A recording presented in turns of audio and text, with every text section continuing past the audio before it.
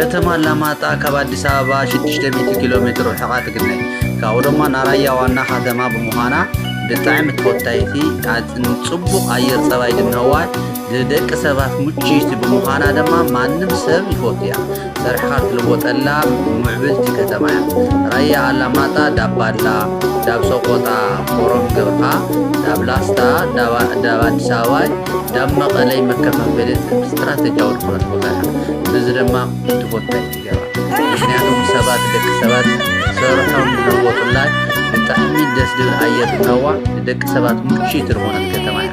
ስለዚ ራያ ብጣዕሚ ራያ ከተማ አላማጣ ድማ ኩሉ ሰብ ዓድና ራያ ብጣዕሚ ናይ ተፈጥሮ እውነት ማይ ደይ ሰዓና ኩሉ ነገር ሞት ዝኾነት ከተማ እያ።